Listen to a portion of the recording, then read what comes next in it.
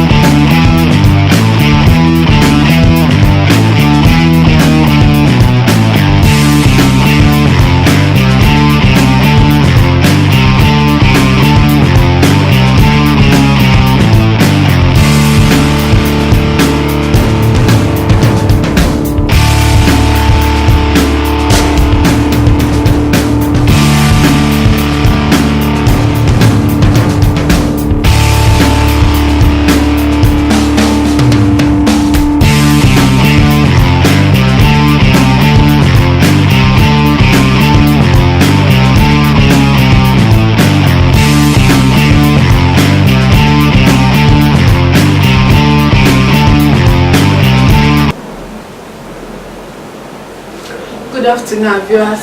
My name is Faith Jumo.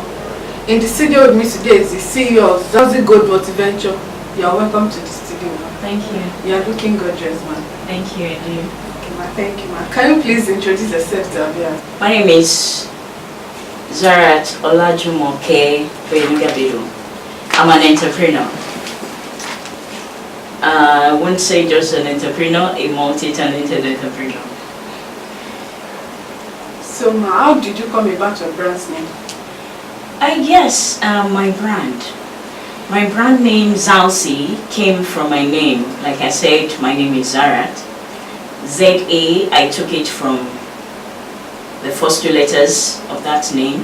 The L from my Olajumoke. The S came from my other name, Abosede. I took the S. And the Y from my surname, the main name, Oyunuga. I took the Y. And the gold, I'm a goldsmith's daughter. Wow. So I added the gold. ZALSY. So, ma, is this venture your first port of call in the business? I won't say yes outrightly because they all came in bits. Not that I got everything coming to me at once. I did not realize myself early in life that this is what I'm going to be.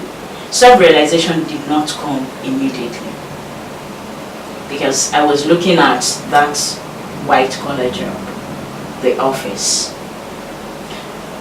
But along the line, while working in different organizations, I was able to, from one step to the other, I started realizing my inner self, my inner ability, what I could do, coupled with the fact that some of these things I learned from home, from the beginning.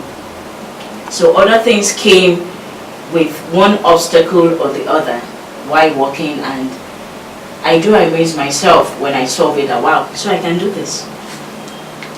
So that was how I got all my ideas, because they come to me in different forms, in different shades, and I was able to compile everything and turn it into.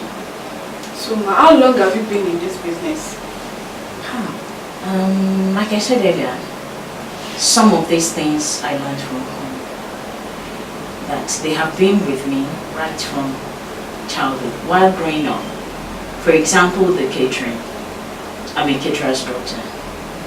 So I learned catering from my mother, who was running a catering outfit. So I learned a lot from her, and she usually develops some recipes, which she said she learned from a Lebanese. So those recipes she would develop. While going to school in the morning, my mother will bake the bread, we'll eat to school in the morning.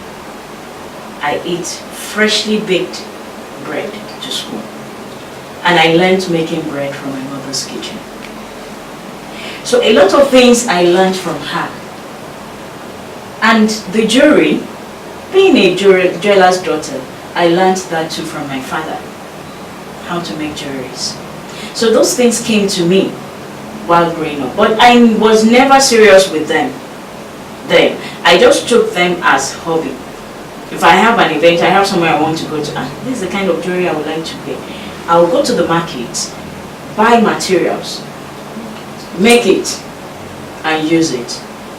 A friend is having a birthday party, especially when I was in the university. I would prefer to make a cake and present to you as your gift. I will never buy you clothes or shoes or any other thing. I will make my gift and give to you. So those things had been with me while growing up. So Ma, how did you get your initial working capital?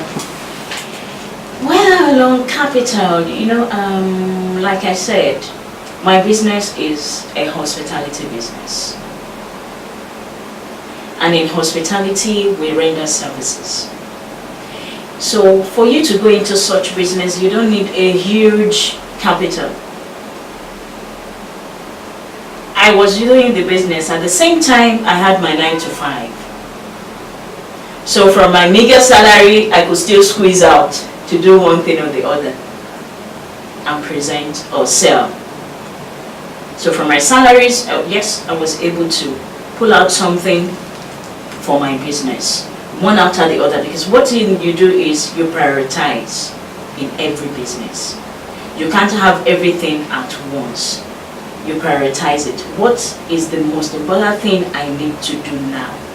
Then you face it. If it's going to take you 2-3 months to do that, do it. Let it be. Then you now go to the next thing. That way you are saving down for the business. Even what you have done down, you might not use it immediately, but you know the need is coming. Just like my book. When I wrote my gourmet book, I did it down. Because I know I will still have a training school. I will need it. So I did it. I didn't wait till let me start the school. So when my students start coming, what will I give to you to use? I need to have my materials down. So I started preparing ahead of the school. What the things I will need. So you don't need a huge capital for such services. So how did you stumble on this business? I would say I stumbled on the business. I would rather say that I realized myself. Because to me, it's self-realization. And I attended a seminar that brought that out in me. I attended the SYOB, Start Your Own Business, under the federal government department. Then I realized that I have some inborn talents, aside what I studied and learned from other places, like the travel and tours, which I went to understand. I realized that what I need is in me. I don't need to search anywhere. I already have it. All I need to do is to bring it out. So I brought it out. So Ma, do you have any other business apart from this? Like I said, into wedding and events, your jewelry, your catering, packaging of tours. I write too, I'm a writer. I write. I have books. I have my gourmet book, I have my startup business guide for those that want to go into businesses. So aside all these two, I train And my training school, we just started it. The training school will encompass all those areas of your skincare and beauty care products, the catering, the wear, travel and tours, and also the jewelry making. So we have the basic class for those that are just coming into the business. We have the advanced class for those that had learned the basic. And I have the executive master's class for those that want to go into manufacturing, especially on the food and the jewelry manufacturing. So ma, is there any formal training in this line of business? Like I said, I had formal training in the travel and tours, in the beauty aspect. My training in food, I will call it formal because I got it from home from my mother. And the training in jewelry too, I got it from my father. So ma, can you please discuss with our viewers the departments you have in your training school? Okay, we have 4 different departments. The first department is the travel and tours department, where you learn how to package tour for business, honeymoon, and holidays. Second department is the culinary arts, where you learn your catering, learn to make African and continental dishes, you learn about the cakes and sugar crafts, you learn about small chops and the likes. The department has to do with the adornments. What are your adornments? Your jewelry, your gilly, stoning of the fabric, the veil, and the hand fan, bridal hand fan. The fourth department is the consultancy services, where we render our various services to our clients. And our students too get to learn how to render services. You don't just come in to learn and go away. We teach you how to do it, and we also place you out there so that you'll be able to practice by the time you leave. Okay ma. Ma, have you ever thought of collaborating with government agency? Yes. Like I said earlier, we just started the training school, and I'm working on collaborating with the federal parastatal that's in charge of business startups to fund willing female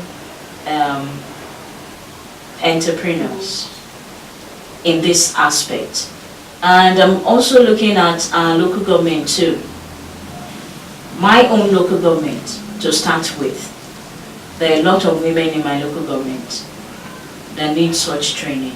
So if the local government chairman can come in, empower these women through us, it will be much appreciated.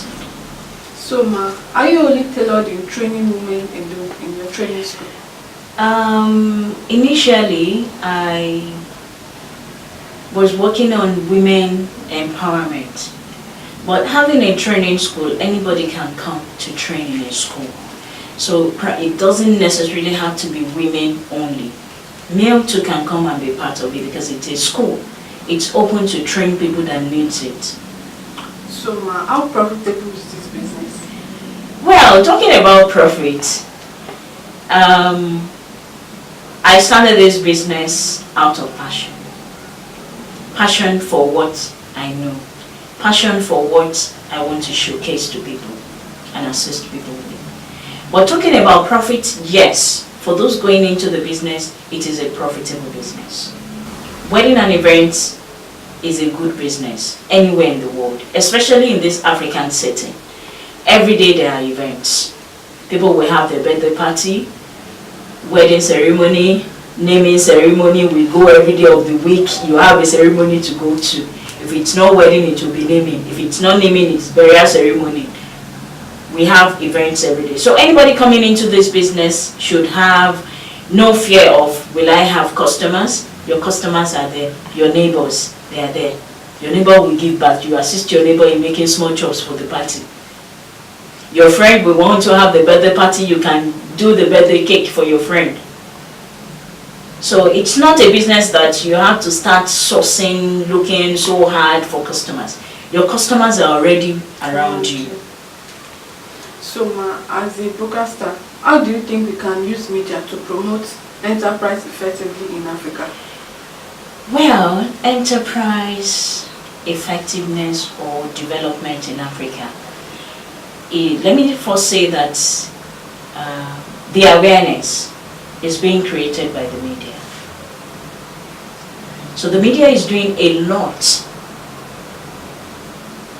in getting people to stand up, to awaken and realize themselves that, look, I have to do something for myself. I have to do much more than just a 9 to 5. All these are being done by the media. And once the media continues this way, I know that a lot of people will still come in, will still get up every day to say, I want to empower myself, because empowerment is now the order of the day. And what makes it an order of the day is the media.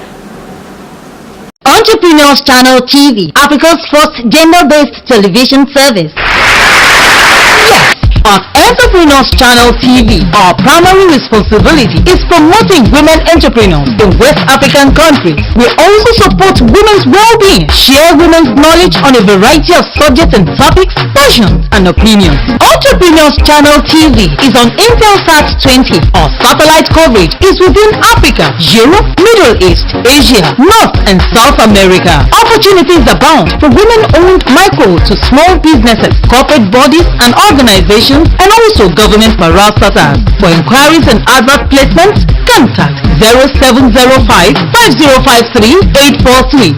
Entrepreneurs Channel TV, rewriting Africa's story through enterprise Amazon. Ma, it seems to be a serial entrepreneur. So how do you juggle your numerous business with family runs? Oh, well, as a serial entrepreneur, one thing about me is that all what I do, I don't see it as working. No. Because everything came to me naturally. So it's as if I'm playing whenever I'm doing it. And most times when I come up with, especially when I want to make the jewelry aspect, oh, my daughter loves that. She'll be the one to tell me she has a particular design she wants to do, that I should allow her use these materials. I'll just leave them to her. I'll be doing some other things. She will do it and I'll sell the bead. I'll sell the jewelry. So it comes to me naturally. And once you are in business, there is something we call work-life balance. You have to balance the two. As a woman, you don't have to be the superwoman. Learn to delegate. Like I told you, she will tell me she can do it, I leave it to her. I won't say, no, I'll be the one to do it, when there are some other things I can lay my hands on to do in the house. So you learn to delegate. When you delegate, you balance up within the family and your business. So, can you please discuss some of your challenges with our viewers? Challenges. There are always challenges. Even presently there are challenges. Every day of our lives we face challenges. And as they come, the only thing we try to do is to solve the problem. Because there will always be problems in every facet of life. But I learned one thing. And that word is fear. It is fear that stopped some people from realizing themselves. They already know what they can do. They can do it. In their rooms, they do it. But the fear of coming out and showcase it. And what is that fear bringing to them? Fear of acceptance. And that's the first challenge in every business. You have the fear of acceptance. Will people accept me? Will they like it? You have done it, you like it. Your immediate are telling you it's good, it's fine, go on. But you're afraid that those out there will mock you and say, what is this? What is he doing? So you don't have better things to do. Fear of acceptance is what has killed businesses that are supposed to have started. And one thing about fear is this: you either forget everything and run, which is the fear of not facing it, or you face everything and rise. So I chose the second fear. face everything and rise.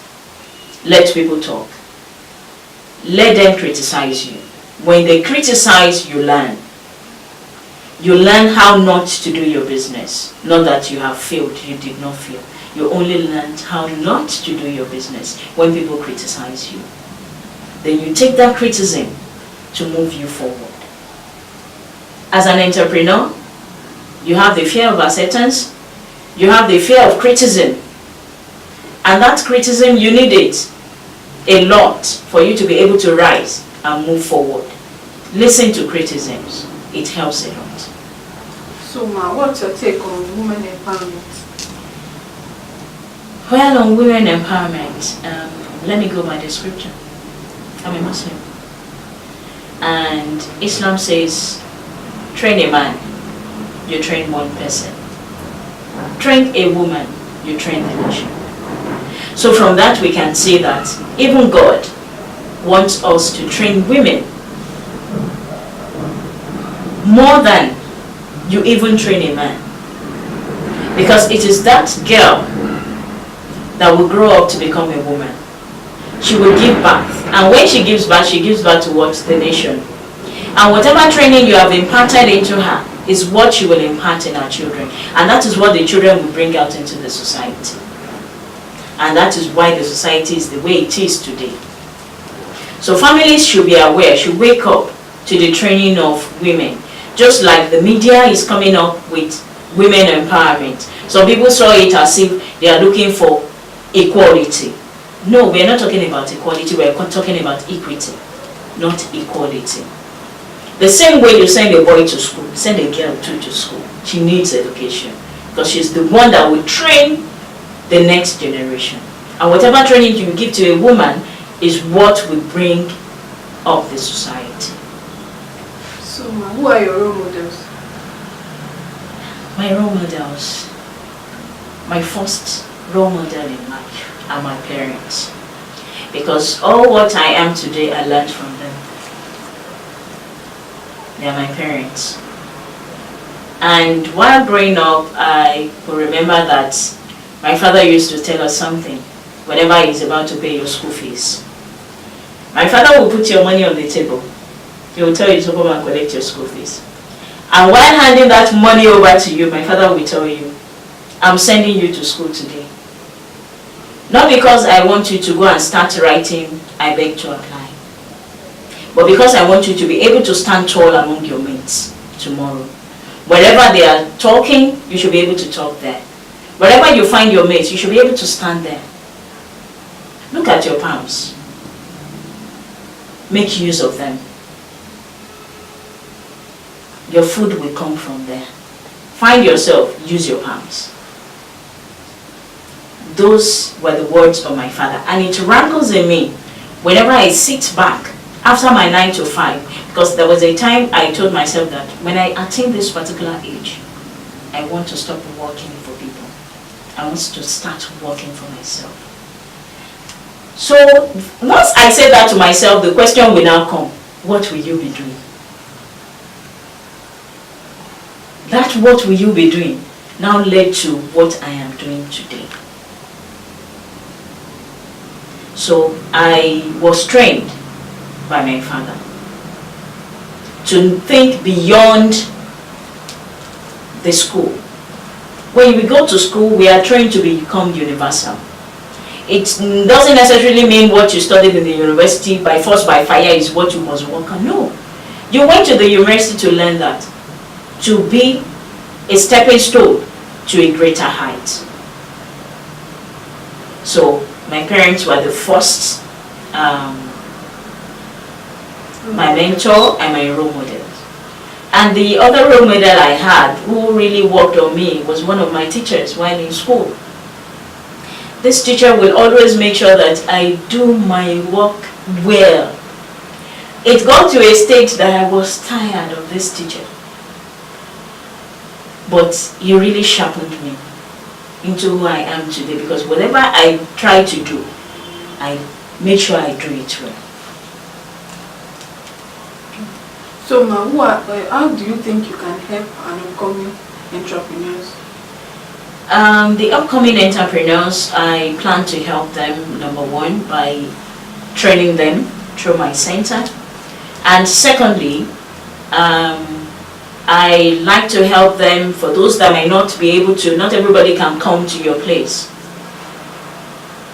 I have decided to start a program where I would showcase the upcoming entrepreneurs, people that I see that are striving and they are doing pretty well in their small businesses. Bring them to the limelight, assist them to do more by connecting them with what can bring more to them.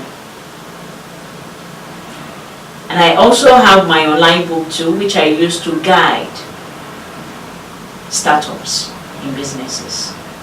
Okay. Every day you get difficult customers. I still had one yesterday.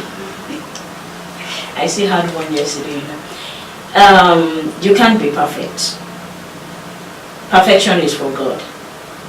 We are not perfect. So you don't expect everything about you to be perfect. And like I said earlier, be open to criticism. Whenever a customer comes and tells you, I'm not okay with this, accept it that the person is not okay. What you need to do is to listen. Listen to your customer. Learn from your customer. Try to know what the person wants and try to make amendments. Don't try to argue with your customer. Argument will not do it. It will only mar your reputation with such customer. And you know, businesses, we deal with referrals a lot. And whatever you do to a particular customer is what that person will use in referring you to others. Don't go to that person, it's like this. What you have done for Mr. A and Mr. A praised you and referred other friends. You might do the same thing for Mr. B and he will tell you rubbish. What have you done? Just try to know what is that rubbish that Mr. B has seen in what Mr. A called perfect. Don't try to say, this man is an old school person, he doesn't know what is in vogue. No, it's not old school. He has seen something wrong with what you have done. So you have to listen, try to know what the person has seen wrong, and try to amend things. Your amendment might come with some, maybe you have some rebates on what you have done before, that for the correction we are giving you this particular token as a sorry. Or if that can't be done, make sure that you do it above expectation of such customer, that the person will see it and say, wow, I wasn't expecting this. Just to say sorry, so that the customer can refer you next time, even if that person is not coming again. If somebody talks about you, you will have something good to say about you. So how do you normally get your customers? Well, getting customers, like, I started within the family, the concourse. So customer comes from your friends referring people, your siblings referring people, students in schools where you have taught them in extracurricular activities, having parents call you. So referrals comes from such places, and people you meet too, that you advertise your business to, and they see it, they like it. Like somebody I made jewelry for, I gave it to her, I went to her office to deliver. She wore it inside the office, and other female colleagues saw it, they were like, wow, they want exactly this. This is beautiful. One of them still called me yesterday and said, that jewelry, that she wore it to the party they went to, that it's too beautiful that I should please. I told her, I said, until next week, before it can be ready, I can't lie to you. You can't have it this week for the party you want to go to, but I can still give you something you can use for this week's party. By next week, it will be ready. And I gave her something for this week's party. So referral comes to when people see your work, they like it, and they come to book for what you do. So where do you see your business in the next 5 years? That's my milestone. Yes. In the next 5 years, I see my training school graduating a lot of students who will be empowered and go out there to do what they know best how to do. I see my company assisting other entrepreneurs to take their businesses to the next level. And I see myself, me, going places better than where I am today. So, ma, how do you think the government can help women in business? Well, for the government, the only way government can help women in business is, number one, by subsidizing trainings, because it is by subsidizing that a lot of women can come out to train. And do you know that a lot of women have not even found themselves because they are juggling between the family and work. They did not focus on me. What do I want out of life? And that is why you see a lot of women are sad. They will tell you they are sad in their marriages. But when you look at the marriage itself, the marriage does not have any problem. The only problem is with the woman. She's not happy with herself. Why? Because she has not found herself. So she's not happy. So for you, you have to find yourself first as a woman. Then we can now talk about the government coming in to assist the woman that has found herself by subsidizing training, number one, and by microfinancing small-scale entrepreneurs. The government has a lot to do in that aspect. Banks are giving out loans, but at high rates.